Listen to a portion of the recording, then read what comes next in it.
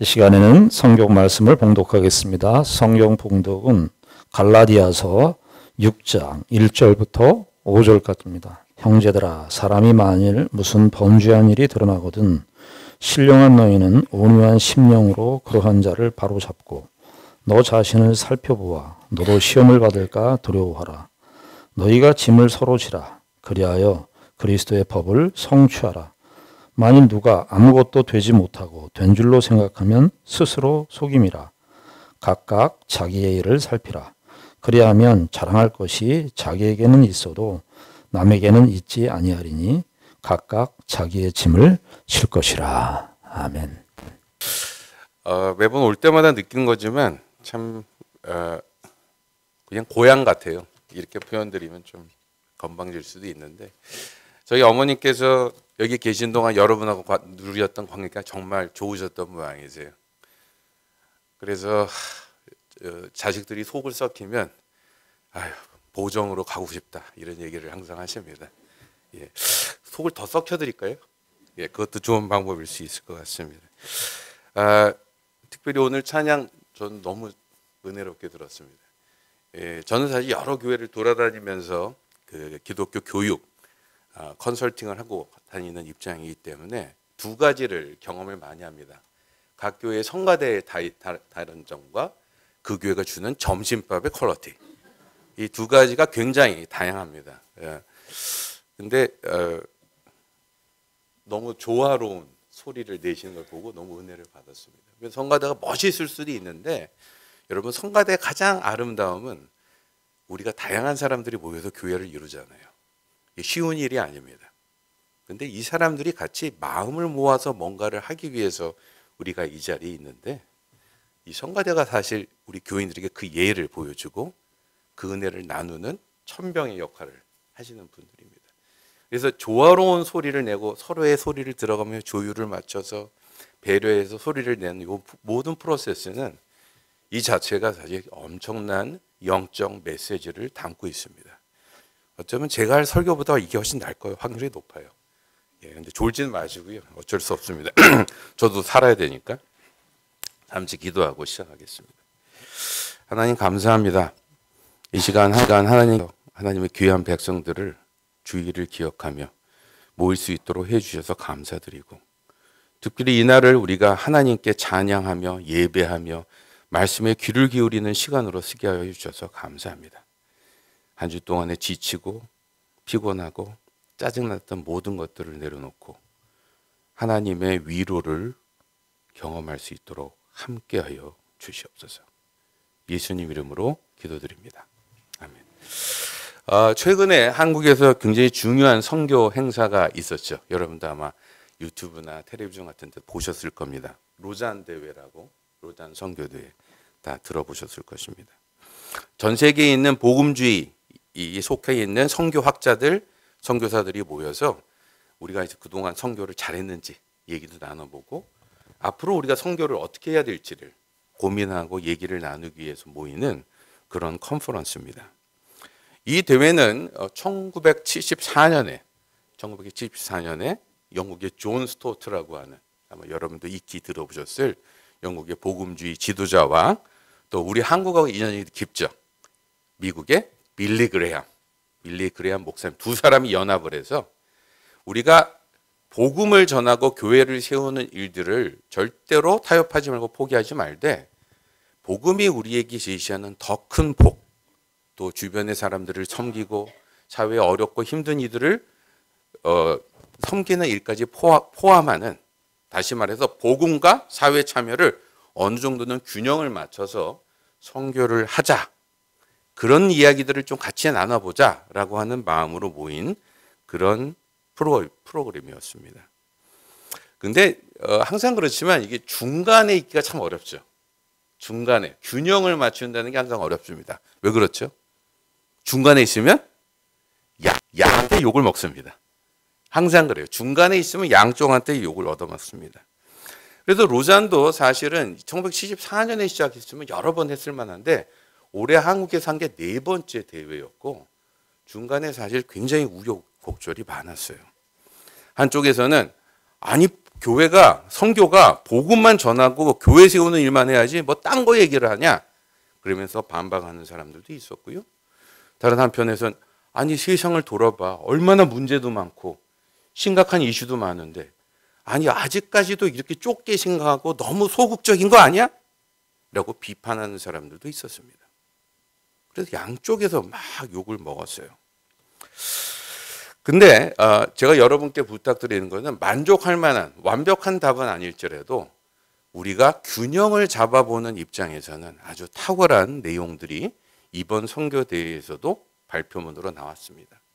그래서 여러분이 그 내용을 다 동의하지 않는다 하시더라도 특히 선교에 관심이 있는 분들은 한번 그 내용을 살펴보시면 굉장히 도움이 되십니다. 근데 이번 대회는 뭐 여러 가지 또 비판도 있었지만 어쨌든 한국이 제일 잘하는 걸 했더라고요. 우리 한국 사람들 뭘 잘하는지 아십니까? 예, 우리 자랑 되게 잘합니다. 한국이 얼마나 위대한 백성인지, 한국 교회가 얼마나 지금 놀라운 성장과 멋진 모습인지를 표현하는 거, 광고 되게 잘합니다. 그런데 이번에도 사실 그 선교문 자체는 지난번 대회인 2010년에 사우스 아프리카의 케이프타운에서 있었던 선교 발표문보다는 조금 수준이 떨어진다라고 하는 비판은 받지만 적어도 한 행사에서는 모든 사람들이 너무 감동을 했어요. 그 세븐스톤이라고 하는 무슨 비디오를 만든 모양인데 한국 교회가 그동안 선교의 선교를 받아서 얼마나 많은 역사적 어려움과 위기들을 이겨가며 이제 이렇게 하나님께서 세우신 귀한 교회로 컸는지를 아주 멋지게 보여줬다고 합니다. 참석자들이 다 감동했대요. 아마 조만간에 그 내용들은 유튜브에 나오지 않을까 싶습니다. 여러분 어떠신지 모르겠는데요. 저같이 외국에 있다가 한국 온 사람들은 한국 올 때마다 사실 놀라운 게 많습니다. 뭐 지하철이 좋은 거 이런 거 빼고 나서도요. 한국 사람들이 갖고 있는 장점들이 대단해요.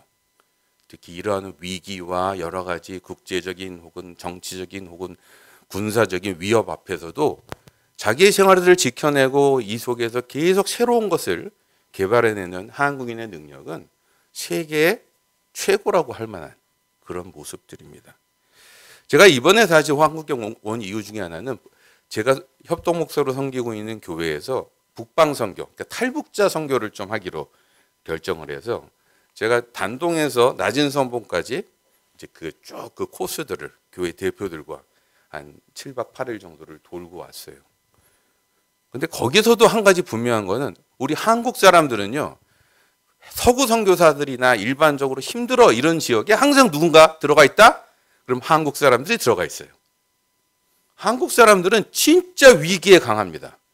어려움들을 두려워하지 않는 것은 서구 사람들이 도저히 흉내낼 수 있는 수준이 아니에요, 저희가. 그래서 그 북방 선교도 왔더니 물론 여러 가지 어려운 상황들도 있지만 그 탈북자들을 돕기 위해서 숨어서 사역하시는 그런 선교사님들을 저희가 몇 명을 만나보고 놀랬습니다. 이렇게 막 공안이 막 25m마다 CCTV를 설치해 놓아서 눈을 부라리면서 또 약간만 문제가 뭐 시비가 있으면 와서 감독하고 제지하고 하는데 하여튼 틈을 만들어서 계속 뭔가를 하고 있어요. 한국 선교사님들은. 진짜 한국 교회는 하나님 특별하게 만드신 교회입니다. 여러분이 자부심을 가지실만 하세요. 근데 또 한국 교회는 또 나름대로의 숙제가 있습니다. 뭐든지 그렇지만 다 100점짜리는 없잖아요. 부족한 점들도 있어요. 매주마다 많은 교회들의 사람들이 모여서 예배를 드리고 헌신하고 하는 이런 모습들, 그리고 또 선교사를 돕고 선교사에게 참여하기 위해서 애쓰시는 많은 분들이 계시지만 사실 또 다른 한편으로는 점점 더 사회에서 또 특히 젊은 사람들 사이에서 교회가 외면을 받고 있습니다. 가장 큰 이유, 뭐 여러 가지 이유들 있겠지만 그 중에 하나는 교회가 너무 자기들만, 자기 그룹만, 교회만 챙기는 곳이 돼버렸다. 아니 뭐 사랑해라 뭐 이런 얘기 해놓고 나서 너무 그냥 교회 안에서만 같이 서로 등 두드리고 거기서만 편한 거 좋은 것만 하고 앉아있고 이런 이기적인 모습들 때문에 비판하는 사람들이 있어요. 물론 그 얘기도 좀 뜯어보면 좀 우리가 억울한 것도 있죠. 왜냐하면 사실 우리가 우리 안에서 일단 잘 해야지 바깥도 잘할 수 있지 않겠습니까? 그러니까 교회에서 우리가 서로를 먼저 챙기고 이렇게 같이 뭔가를 해보는 이것은 바로 이제 더 하나님께서 원하시는 것을 하기 위한 준비, 훈련의 방법으로 우리 하는 것이니까 그거 갖고 시비하는 건 좀 억울하죠. 그런데 어쨌든 그런 비판들이 있습니다. 여러분, 이런 비판의 중심에는 이런 질문이 있습니다. 교회는 사회의 다른 조직과 무엇이 다릅니까? 더 쉽게 말하면 교회를 교회답게 하는 게 뭡니까? 교회는 무엇입니까? 이 질문이 있어요. 그리고 뭐 이 질문에 대한 답은 여기 계신 분들은 다 아십니다. 교회는 뭐 하는 곳이에요? 선교하는 곳이죠. 선교하는 곳이에요. 마태복음 28장 18절에서 20절 보면 예수님께서 말씀을 다 가르치시고 하나님의 그의 제자들을 남기시면서 뭘 해야 될지를 설명하는 구절이 나옵니다. 기억나시죠? 맨 처음에 뭐 해요? 가서 가만히 있지 마시래요. 이렇게 예배 드리시고 나서 가만히 있지 마시고 가시래요. 어디든지. 뭐 먼 곳만 아니고 뭐 앞집이든 뒷집이든 동네든 가서 뭘 해요? 아버지와 아들과 성령의 이름으로 세례를 주고. 이 말은 사람들한테 가서 막 물 뿌리고 다니라 이 뜻은 아니죠. 세례를 주라는 말은 정말 하나님을 따르는 제자들을, 예수 그리스도를 믿는 제자들을 더 많이 만들어 보세요. 그런 사람들에게 점점 더 기회를 좀 줘보세요. 그러니까 그런 사람들이 주변에 더 생기도록 해보세요라고 얘기하시는 거예요. 근데 여기서 재미있는 것은 아버지와 아들과 성령의 이름으로라는 말입니다. 그냥 예수 믿으세요가 아니라 아버지와 아들과 성령의 이름으로라는 말은 무슨 뜻이겠어요? 우리가 하나님을 이해할 때 단순히 예수님만, 혹은 단순히 구약에 있는 하나님만, 혹은 우리가 지금 체험하고 있는 성령님만이 아니라 이 모든 것을 통해서 보여주셨던 그 하나님을 염두에 두며 그분을 쫓기 위해서 헌신하는 제자들을 만드세요. 이 말을 하고 있는 것입니다. 바로 이 점 때문에 여러분, 신앙생활을 하는 게 사실 좀 간단치는 않습니다. 왜냐하면 지금 여러분이 성령께서 주시는 위로도 경험하시고 깨닫고 이런 것도 중요하고, 예수님에 대해서 복음서를 보면서 난 예수님이 좋아요, 예수님을 따라가고 싶어요, 이런 마음도 중요하지만 동시에 구약 공부도 하셔야 됩니다. 왜? 그 예수님이 오실 수 있도록 준비하신 하나님의 역사가 어땠는지를 우리가 다 같이 보지 않으면 우리가 따라가야 될 하나님이 대상이 뭔지를 제대로 알지 못하기 때문에 그래요. 근데 이제 이런 어떤 질문에서 하면 우리가 이런 얘기가 나오죠. 그러면 선교하면 됩니까? 그러면 우리 교회가 뭐 몽땅 다 온 교인들이 동원해서 해외에 나가고 이런 거 하라는 것입니까? 근데 여러분도 알다시피 선교란 말은, 특히 성경에서 쓰이는 선교란 말은 그렇게 간단한 표현이 아닙니다. 왜냐하면 사실 그 아까 28장에 나오는 그 말씀만 봐도 해외에 나가라 이런 말이 적혀 있지 않아요. 그리고 한번 뭐 교회를 세워라 뭘 해라 이런 식으로 표현되어 있지도 않고, 바로 그 점에서 지금 우리가 하고 있는 교회의 모든 일들은 사실 말은 안 해도 다 선교적인 일들을 하고 있습니다. 지금 이 교회도 이미 선교적으로 뭔가를 하고 있어요. 근데 동시에 어쨌든 현실은 저희가 선교 그러면 뭘 떠올립니까? 저 아프리카 오지에 뭐 어려운 분들한테 가서 뭐 따로 가서 도와주고 거기서 복음을 전하고 뭐 알아듣지도 못하는 언어들을 익혀서 그걸로 설명하고 뭐 이런 걸 떠올리잖아요. 근데 과연 그게 하나님의 선교를 설명하는 전부일까? 사실 이 내용들을 제대로 짓기 위해서는 하나님께서 우리 인간들에게 뭘 기대하고 계신지를 생각해 봐야 합니다. 하나님께서 저와 여러분에게 선교 대사명을 주시기 전에, 인간이 죄를 짓기 전에 저와 여러분이 뭘 해야 될지를 말씀하신 내용이 어디 나오죠? 창세기 1장 28절에 나옵니다. 여러분 다 아시는 내용들이에요. 우리가 그것은 창조 명령이라고 하는 파트입니다. 거기 보면 여러분 잘 아세요. 아담과 하와, 그러니까 인간을 만드신 다음에 인간에게 하나님께서 뭐라고 하시죠? 충만하고 정복하고 다스리라라고 하는 이야기가 나옵니다. 근데 뭐 저희 이제 목사님이나 제가 속해 있는 이 그룹에서는 우리가 그런 거 보면 이제 단어를 분석을 열심히 하거든요. 문법적으로 이게 무슨 뉘앙스인가. 근데 본문을 보시면 충만하라 정복하라라고 하는 요 이야기는 다스리라고 같이 묶여서 설명되는 동사입니다. 다시 말해서 창세기 1장 28절에 가장 핵심은 뭐라고요? 저희를 이 땅을 다스리는 사람으로 세우길 원하신다는 거예요. 근데 우리가 보통 다스린다 그러면 뭘 떠올립니까? 함부로 내가 갖고 있는 권력을 이용해서 딴 사람들을 뭐 괴롭히는 이런 사람을 떠올릴 때도 있잖아요. 근데 우리 여기서 말하는 다스림은 그런 다스림이 아닙니다. 왜냐하면 이 다스림의 예는 누구의 본을 보고 말하는 것이기 때문에 창조자 하나님의 본을 보고 말씀하시기 때문에 바로 이 점 때문에 성경에서 말하는 다스림은 우리가 말하는 내가 힘을 가졌으니까 너 이거 해 저거 해 이런 종류의 다스림이 아니에요. 너무 전체 얘기를 하면 길겠지만 여러분 다 아시는 아주 짧은 답이 있습니다. 예수님께서 이 땅을 어떻게 다스리셨어요? 자기의 가장 귀한 아들을 희생하셔서 저희를 그의 은혜 안에 초청하셨습니다. 굉장한 인내로.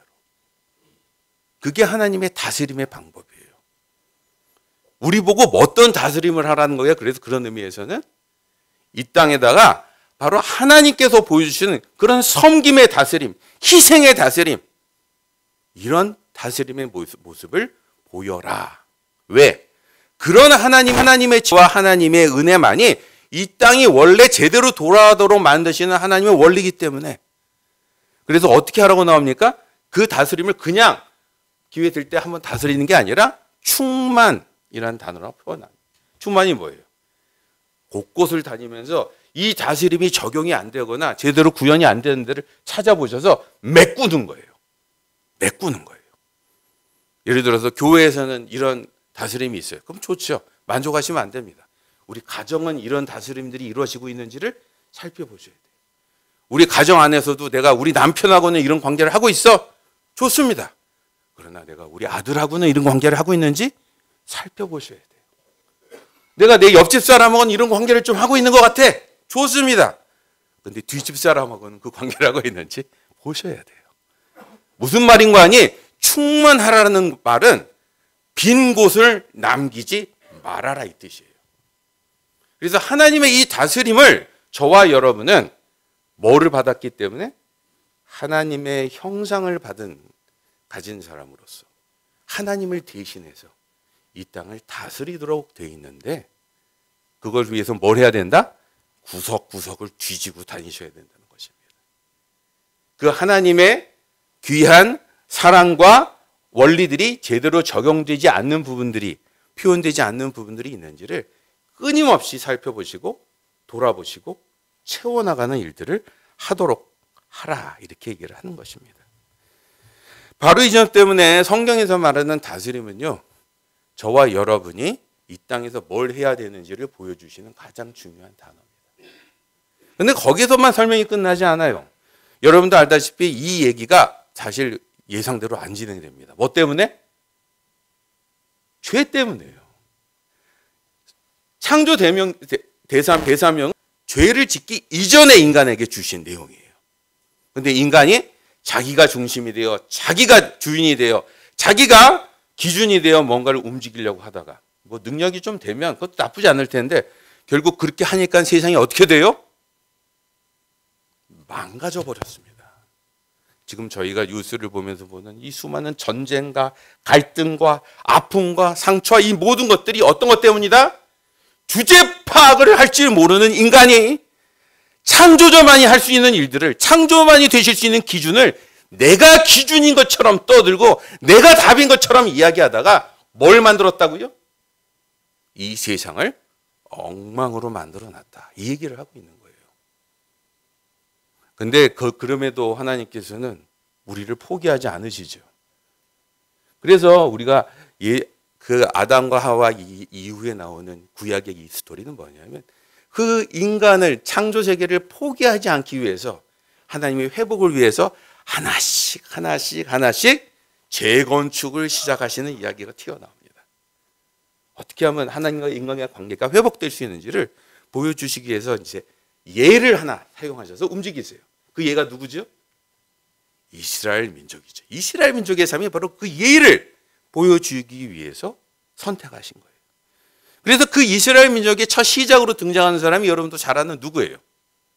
아브라함입니다. 그래서 아브라함을 만났을 때 아브라함에게 하나님께서 너네가 뭘 해야 될지를 또 새로운 말로 표현하세요. 뭐라고요? 너희를 통해서 온 세상에게 복을 주겠다 이렇게 얘기하십니다. 다시 말해 저와 여러분은 하나님과의 관계를 회복한 저희가 무슨 역할을 하도록 부름을 받았다고요? 세상에 복을 주는 사람이 된 것입니다. 느껴지십니까? 나타나면 복이다? 다들 별로 실감하는 표정은 아니시죠. 옆 사람 한번 보십시오. 당신은 복이십니다. 좀 진심으로 말씀해 보세요. 당신은 복이십니다. 좀 서로 그런 얘기 안 하던 사람일수록 얘기를 한번 해보시면 좋습니다. 당신은 복이십니다. 여러분 나중에 설명드리겠지만 그리스도인들의 존재는 그냥 존재가 아니에요. 원래 창조자 하나님이 하나님의 지혜로 정말 조화와 아름다움 속에서 통치하길 원하셨던 그것들이 죄로 깨어져서 대부분 사람들이 그걸 하지 못할 때에 저와 여러분의 그 작은 믿음으로 시작된 우리의 신앙을 통해서 저와 여러분을 다시 온전한 하나님의 통치가 이루어지는 도구로, 회복하는 도구로, 소망을 주는 도구로, 위로를 해주는 도구로, 살만한 이유를 생각할 수 있도록 만들어주는 도구로 세우셨다는 것입니다. 바로 이 점 때문에 우리가 선교가 뭐냐라고 얘기했을 때 바로 이런 일들을 제대로 하는 것이 선교다 이렇게 말할 수 있어요. 그러면 당연히 이것은 전도하고 복음을 나누고 해외 선교사님을 돕는 이런 것도 포함되겠지만 모두 선교겠어요? 내가 조금 때로는 왼수같이 보이는 내 남편과 다시 한번 하나님의 은혜로 나누는 대화도 선교가 되는 것입니다. 속 터지는 말 죽어도 안 되는 우리 애들을 데려다 놓고 한 번 더 마음을 가다듬고 밥을 사주면서 격려를 하시는 것도 선교가 되는 것입니다. 여러분 지역사회 안에서 정말 어렵고 힘든 사람들이 있을 때 나도 바빠 죽겠는데 아우 짜증나 그러지만 아유 그래도 나라도 좀 도와줄까 없는가 그러고 찾아보면서 커피라도 한 잔 사주시면서 얘기를 나누시는 것도 선교의 일부가 되는 것입니다. 복을 나누는 것이기 때문에 하나님의 복을 우리가 나누는 것이기 때문에 그리고 그러한 복이 그러한 선교의 비전들을 온전히 좀 제대로 찾는 노력이 적어도 한국교회에서는 좀 더 필요하다라고 하는 지적들이 뭐 저한테도 적용되고 우리 모두에게 적용되는 도전으로 나누고 있다는 것입니다. 그러면 이제 여러분 이렇게 질문하실 수 있죠. 목사님 설교가 너무 길어질 것 같아서 좀 괴롭습니다. 도대체 뭔 얘기를 하시려고 하는 것입니까? 그리스도를 닮아가는 가정이라고 제목은 해놓고 무슨 선교 얘기를 하십니까? 여러분 이러한 선교가 시작되는 곳이 어디겠어요? 가정입니다. 이러한 선교가 훈련되고요. 이러한 선교를 준비하고요. 이러한 선교를 해볼 수 있도록 시도해 볼 수 있는 가장 중요한 자리는 가정입니다. 왜 그런지 설명을 드릴게요. 오늘 본문에 보면은 우리의 구원에 대해서 설명하는 되게 중요한 파트입니다. 근데 여기 보면은 이 단락에서 어떻게 보면 핵심 구조는 2절에 나와요. 뭐라고 나옵니까? 같이 한번 읽어볼까요? 시작.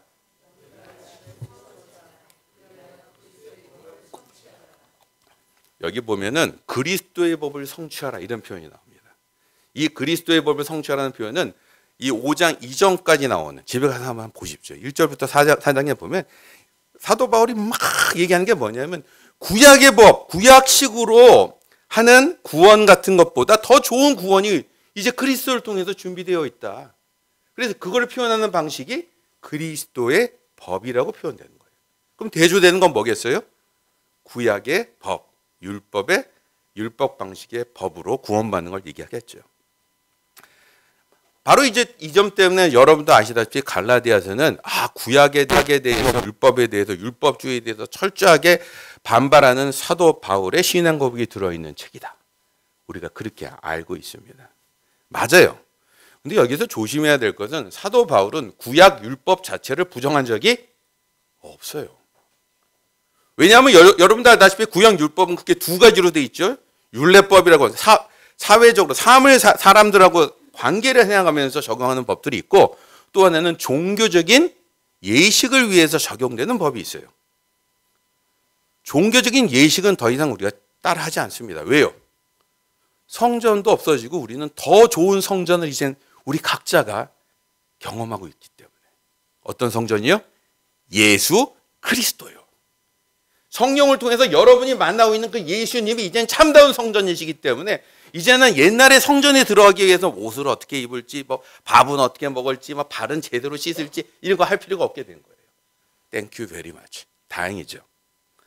그러나 거기 나와 있는 의례법조차도, 그리고 더 나아가서 사회 일반 사람들과 관계를 얘기하는 관계에 관한 법들조차도 자세히 보시면 이제 그것이 유대인들의 상황이나 문화하고는 달라졌기 때문에 우리가 똑같이 적용할 필요는 없거나 그러기가 힘들어도, 그것이 왜 그런 얘기를 하는지를 살펴보시면 놀라울 만큼 현대적입니다. 여전히 거기에 나와 있는 많은 원칙들, 모든 원칙들이 이 시대도 필요하고 또 하나님께서 주시는 회복의 방법을 보여주고 있어요. 근데 뭐가 문제라고요?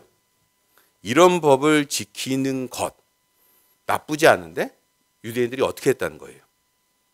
그 눈에 나오는 몇 가지 원칙을 지켜놓고 만족했다는 거예요. 나는 너무 훌륭해. 나는 하나님을 너무 잘 믿어. 나는 할 걸 다 했어. 내 신앙 완벽해. 근데 문제는 이 법은 표현의 방식이고, 이 표현의 방식에는 내용이 더 중요하다는 거예요. 그 내용은 뭐라고 나오죠? 여러분 잘 아십니다. 예수님이 젊은 관원하고 얘기할 때 이 얘기를 딱 두 마디로 정리하신 게 있어요. 뭐라 그래요? 내 이웃을 내 몸과 같이 사랑하고, 하나님을 내 몸과 같이 사랑하고, 하나님을 사랑하고 이웃을 사랑하라. 그게 핵심의 내용이에요. 이 규정은 그걸 표현하는 방법들이고, 뒤집어 말하면 이 방법을 했다고 해도 이 마음이 없으면 어떤 문제가 생기겠어요? 엉터리가 되겠죠. 여러분, 저희가 갖고 있는 가장 큰 문제 중에 하나는 몇 가지 뭘 하고 나서 우리가 되게 잘했다고 생각하면서 정말 따라야 될, 지켜야 될 마음들을 잃어버릴 때가 종종 있다는 것입니다. 그래서 이 갈라디아에서 얘기하는 구약의 법, 그것은 바로 이런 태도를 말하는 거예요. 내가 몇 가지 잘했다고 해서 혹은 하는 것을 통해서 끊임없이 내가 마땅히 던져야 될 질문을 던지고 있었는가? 무슨 질문이요? 내 마음이 진심으로 하나님을 사랑하고 있는가? 내가 정말 우리 이웃들을 사랑하고 있는가? 이것을 물어보는 일들을 중단하고 계시면 여러분, 그것이 바로 구약의 법입니다. 왜? 내가 그래도 교회도 잘 나오고, 내가 성경헌금도 냈고, 내가 누구도 지원하고, 내가 이 정도면 됐지? 예, 그거 훌륭하십니다. 그러나 그 하는 행동들 이면에 어떤 동기로, 어떤 마음으로 하고 계신지를 끊임없이 질문해 보셔야 된다는 거예요. 복음은 이런 태도가 끼어들 여지를 남기지 않습니다. 왜냐하면 여러분 보시는 이 십자가의 메시지가 뭐예요? 여러분도 잘 아시면 두 가지 메시지를 담고 있습니다. 첫 번째는 우리가 정말 지겹도록 하나님 말을 안 듣는 사람들이다 이거예요. 왜? 십자가가 뭘 말하기 때문에 하나님께서 하신 말씀을 안 듣기 위해서 그의 아들을 십자가에 못 박기까지 한 존재라는 걸 보여줘요. 십자가는. 그러니까 우리가 그냥 있으면 창조자의 지혜, 하나님의 사랑, 바른 거 듣기 싫어요. 그게 우리의 모습이라는 거예요. 십자가를 보면서 우리는 그걸 깨닫습니다. 동시에 십자가를 통해서 뭘 바라봐요? 이 십자가가 이 얘기의 끝이 아니라 이것을 통해서 하나님께서는 우리의 죄를 해결하시고 씻으시고 하나님과의 관계를 다시 회복할 수 있는 길을 열어주셨다는 것입니다. 그래서 소망이에요. 그래서 우리는 십자가만 볼 때마다 흥분하는 것입니다. 십자가 얘기만 하면 그게 신나는 거예요. 왜? 궁극적으로는 소망의 길이 시작되었다는 것을 선포하는 내용이기 때문에 그렇다. 그러나 여기서 끝나지 않죠. 하나님께서는 그 전에는 율법 갖고 얘기하셨다면 그 다음부터는 이 메시지를 어떻게 전달하기로 결정하셨다고요? 아까 기도하신 분도 말씀하시지만 성령 하나님을 통해서 주시기로 하셨습니다. 여러분 제가 교육학을 하는 사람이기 때문에 더 그렇지만 하나님은 정말 기가 막힌 테일러 메이드 튜터예요. 학생의 수준과 상황들을 다 배려하셔서 우리 각자의 부족함이나 깨달음이나 수준이나 배경들을 배려하셔서 우리 각자에게 맞는 방법으로 성화의 과정을 이뤄나가세요. 그래서 우리 모두가 신앙의 과정들이 조금씩 다른 이유가 그래서 그렇습니다. 그러나 중요한 것은 때로는 저희가 힘들면은 외부 사람을 통해서 성령께서 말씀하시기도 하고요. 때로는 우리의 마음을 움직여서 다시 깨닫게 하시기도 하시고요. 내가 처져 있고 힘들 때 그냥 단순히 본 성경 구절 하나를 통해서도 내가 되살아나는 역사가 일어나는 것은 누구 때문이다? 성령 하나님 때문이다. 그래서 그 성령님을 붙드는 방법, 그 성령님을 통해서 우리가 그리스도 안에서 점점 변해가고 힘을 찾아가고 아까 말한 하나님의 다스리는 에이전트로서의 역할을 제대로 해나가는 것. 그게 뭐다? 그리스도의 법을 성취하는 것입니다. 그리스도의 법을 성취하라 이 말은 말이면 우리가 신앙인답게 예수님의 메시지, 복음을 붙들고 사는 사람들답게 그 안에서 우리의 가능성이 되살아나고 제대로 힘을 얻게 되는 것. 그것을 그리스도의 법을 성취하는 것이라고 표현하는 거예요. 근데 이 그리스도의 법을 어떻게 성취하면 된다고요? 절야 기도를 하고 눈물로 회개하고 다 중요합니다. 근데 오늘 본문에서는 아주 간단한 이야기를 하고 있어요. 뭐라고요? 너희가 서로 짐을 지라. 그 서로가 누굴까요? 예, 여러분 옆에 그 서로가 계십니다. 보이세요? 한번 돌아보십시오. 예, 우리 반주자님도 한번 돌아보세요. 괴롭겠지만 누가 서로인지, 어디에 서로가 있는지 한번 살펴보세요. 여러분 이 말에 대한 구체적인 설명은 그 앞장에 있는 5장 13절에서 15절에도 나옵니다. 나중에 한번 살펴보십시오. 근데 여기에 보면은 무슨 얘기가 나오면 두 가지 얘기가 나옵니다. 읽어드릴게요. 형제들아 너희가 자유를 위하여 부르심을 입었나니 그 자유로 육체의 기회를 삼지 말고 오직 사랑으로 서로 종노릇하라. 온 율법은 내 이웃 사랑하기를 내 몸과 같이 하라 하신 한 말씀에서 이루어졌으니 만일 서로 물고 먹으면 피차 멸망할까 조심하라. 여기서 키는 뭐예요? 우리가 서로의 짐을 진다는 것은 우리가 뭐든지 하나님 앞에서 뭐든지 할 수 있고 내가 정말 여러 가지 여러분 꿈도 있고 하고 싶은 것도 많지만 뭐라는 거예요? 내 옆에 있는 사람들이나 주변에 있는 사람들을 같이 관계하고 관심을 갖고 그 사람들과 씨름하는 일들부터 해보세요라고 초청하는 것입니다. 이것을 종노릇하다 살아 이렇게 얘기하고 있어요. 종이 무슨 뜻이겠어요? 종과 일반인의 가장 큰 차이가 뭡니까? 종은 휴가가 없어요. 여러분 종노릇하다 살아 이 말은 뭐냐면요.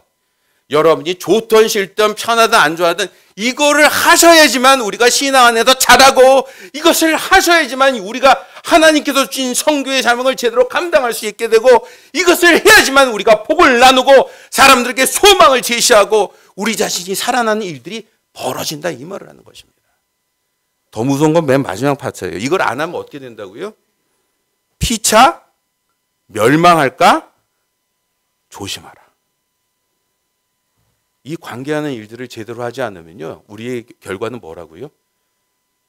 안 해도 상관없는 게 아니라 우리가 망한대요. 망한대요.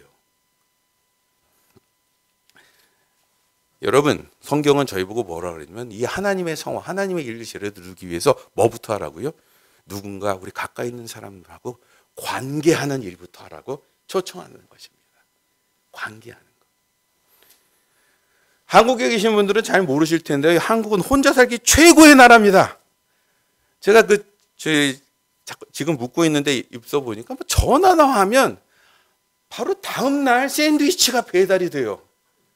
여러분 이런 놀라운 일이 전 세계 아무 데도 일어나지 않습니다. 감격을 별로 안 하시네요. 예, 쿠팡이 배달이 느리다고 되게 불평하시는 모양인데 여러분 호주는요 배달시키면 한 2, 3일은 기본으로 걸리고요. 하여튼 가격이 한 3, 4배로 불어납니다. 한국은요 정말 혼자 살기 좋은 나라예요. 너무 편해요. 예, 저는 편의점만 가면 너무 마음이 좋습니다. 뭐 맛있는 게 어찌 이렇게 많은지 별로 비싸지도 않은 것들도 많이 있더라고요. 근데 제가 지금도 고백할 수밖에 없는 거는 저 혼자 있을 땐 편해요. 왜? 내 자신을 숨길 수 있거든요. 저 혼자 있을 땐 편해요. 내가 하고 싶은 것만 하면 되거든요. 저 혼자 있을 때는 좋아요. 왜? 내가 딴 사람하고 관계하는 데 따르는 그 많은 에너지와 불편함과 힘든 거를 감수할 필요가 없기 때문에 그래요. 근데 제가 동시에 깨닫는 건요. 제가 사람들과 섞이지 않으면 제가 누군지, 내가 무슨 단점을 갖고 있는지, 또 어떤 경우에는 내가 어떤 장점을 갖고 있는지조차도 제가 제대로 파악할 수 없습니다. 인간에게 있어서 아무리 인터넷이 발전되고 뭐 버추얼 리얼리티가 생긴다 할지라도 변할 수 없는 건 뭐냐 하면 저희 자신을 발견하고 저희의 단점을 제대로 보길 원한다면, 회개하길 원한다면 뭘 해야 된다고요? 관계하셔야 합니다. 관계 안 하고는 그런 일이 벌어지지 않아요. 여러분, 이런 실험은 그래서 싫어합니다. 사람들이 힘들어해요. 특히 우리가 관계할 때 어떤 문제가 있어요? 내가 특별히 내가 큰맘 먹고 좀 우리 딸한테 잘해줘야지 말하면 좋게 반응합니까? 탁 쏘는 말이나 한마디 하고 뭐 내가 우리 아내한테 좀 잘해보려고 뭐 쇼라도 하면 당신 왜 그래? 그리고 막 짜증내고 뭐 잘하려 그러면 잘 안 받쳐줘요. 내가 특히 잘하려 그럴수록 우리를 속상하게 하는 반응들이 수도 없이 나타납니다. 그러나 여러분, 이 관계를 하는 씨름과 관계를 통해서 내가 누군지를 발견하고 관계를 통해서 나의 단점들을 제대로 깨닫고 이 속에서 하나님께서 우리에게 주신 우리의 복 주는 자의 소명들을 회복하는 일, 그 일들을 하지 않고서는 온전한 성화, 신앙의 모습들은 나타나지 않습니다. 않아요. 그리고 이것을 할 수 있는 최고의 자리가 어디겠어요? 이 관계를 하는 최고의 자리가 교회인 면도 있지만 최고의 자리는 부부하고 가정입니다. 왜? 도망갈 수가 없잖아요. 교회는 여러분 짜증나면 옮기실 수라도 있어요. 근데 가족은 내가 인연을 끊어. 그럼 끊어집니까? 안 끊어져요. 가족은요, 어떻게 할 수가 없어요. 좋으나 싫으나. 좋은 가족이 있으면 감사하셔야 되겠지만 가족들이 다 좋은 사람은 있지 않습니다. 근데 하나님께서 왜 우리를 결혼하게 하고 애를 갖게 하시고 뭐 내가 결혼 아니라고 할지라도 어떤 부모님과의 관계든 뭐든 가족이라는 관계를 왜 주셨다고 생각하세요? 저와 여러분이 하나님께 더 나아갈 수 있는 최고의 자리로 주신 선물입니다. 그래서 우리 크리스찬들은 가족이 우리 신앙의 훈련의 최고의 장소예요. 그리고 바로 이곳에서 우리가 때로는 포기하고 싶고 때로는 때려치고 싶고 때로는 뭐 때려치기도 하고 때로는 도망가기도 할지 모르지만 결국 다시 그것을 붙들고 다시 그것과 씨름하고 그 안에서 하나님의 은혜를, 내 자신을, 내가 회개할 것을, 나의 가능성을 다시 발견하길 원하시는 그 은혜를 붙들지 않고서는 우리는 뭘 이룰 수 없다? 그리스도의 법을 이룰 수 없다는 것입니다. 그리스도의 법을 이룰 수가 없어요. 근데 여기서 얘기가 끝나면 뭐 이제부터 그러면 우리가 뭘 하면 좋을까? 가족들에게 무조건 관계를 하게 해서 비유를 만들까? 뭐 이런 생각 하실지 몰라요. 성경은 또 그렇게 단순하지 않습니다. 왜? 오늘 본문의 전체 흐름을 보면 남의 짐을 지는 방식에 대해서 두 가지 추가 설명이 등장해요. 첫 번째는 뭐라고요? 1절에 보면 범죄한 일을 바로 잡아주는 것이다. 이렇게 표현되어 있습니다. 무슨 말인 거 아니에요? 여러분이 같이 누군가 관계하고 누구를 사랑하고 누구를 맞춰주고 내 짐을 져준다는 게 무조건 그 사람 비율을 맞춰주는 게 아니라 결국 뭐를 얘기할 수 있어야 되는 거예요? 그 사람에게 정말 필요한 것을, 정답을, 하나님의 진리를 나누어 주는 것이 포함되어야 한다는 것입니다. 근데 여러분, 우리가 진리를 말할 때 보통 어떻게 태도로 하죠? 내가 맞는 말 하면, 저도 우리 아이한테 얘기할 때 그렇습니다. 너 이거 왜 이렇게 못해? 화내죠. 왜?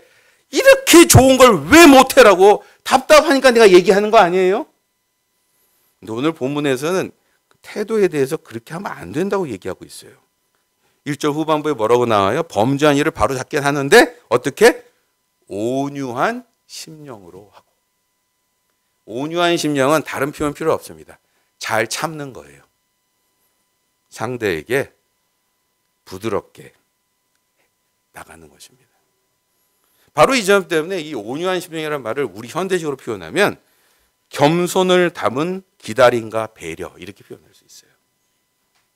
여러분이 바른 이야기를 하시되 그 이야기를 하시기 위해서는 상대가 왜 저렇게 고민하고 있는지, 상대가 왜 저렇게 아픈지, 왜 몸부림을 치고 있는지 충분히 들으시고 관심을 가지시고 같이 아파도 하시고 공감도 하면서, 그럼에도 불구하고 이 문제를 풀기 위해서 당신이 넘어야 될, 극복해야 될 죄의 문제들이 무엇인지를 같이 얘기를 나누고 도전하는 일들이 반드시 있는 것. 그것이 바로 서로의 짐을 지는 것이다. 라고 것입니다. 두 번째 원칙은 3절에서 설명됩니다. 뭐라고요? 아무것도 아닌 나를 기억하라. 여러분이 이런 얘기를 할 때 그래도 내가 좀 더 우리 자녀들한테 뭐 얘기할 만하니까 하는 거 아니겠어요? 친구들한테. 예, 그런 면이 분명히 있지만 이렇게 하시는 가장 큰 이유는 뭐냐면 우리가 잘나서도 우리가 뛰어나서도 아니고 우리의 상황에도 불구하고 나의 부족함에도 불구하고 나에게 먼저 다가오셔서 복음과 하나님의 지혜를 나눠주신 그 은혜 때문에 하는 거예요. 그래서 내가 자랑할 게 없어요. 왜? 내가 뭔데 이걸 내가 먼저 받았어요. 뭐 줄을 잘못 썼는지 내가 먼저 받았을 뿐이니까, 이 얘기를, 바른 얘기를 하는 내가 잘나서도 위대해서도 얘기하는 게 아니라 내가 염치가 없어서 어떻게 하다 보니 내가 먼저 이걸 받았기 때문에 염치가 없어서 미안하니까 얘기하는 거예요. 이런 의미에서 그리스도인의 권면은요, 자기를 잘난 척하는 자리가 아닙니다. 하나님 앞에서 우리가 같이 쓰러지는 존재이며 우리가 같이 무너지기 쉽고, 그럼에도 불구하고 은혜 때문에 우리는 서로 다시 한번 소망을 걸 수 있는 사람들이다라고 이야기를 하는 자리라는 거예요. 예, 그게 우리가 나누는 뭐다? 서로에게 짐을 지는 것이다. 뭐 누가 이렇게 말할 수 있을 것입니다. 목사님, 뭐 우리 애들 지금 다 커서 나가갖고 뭐 서로 짐질 거는 없어요. 여러분, 그렇지 않습니다. 여러분 떠나 있는 자녀들을 위해서도 기도해 주셔야 돼요. 여러분, 기도의 힘을 진짜 믿으십니까?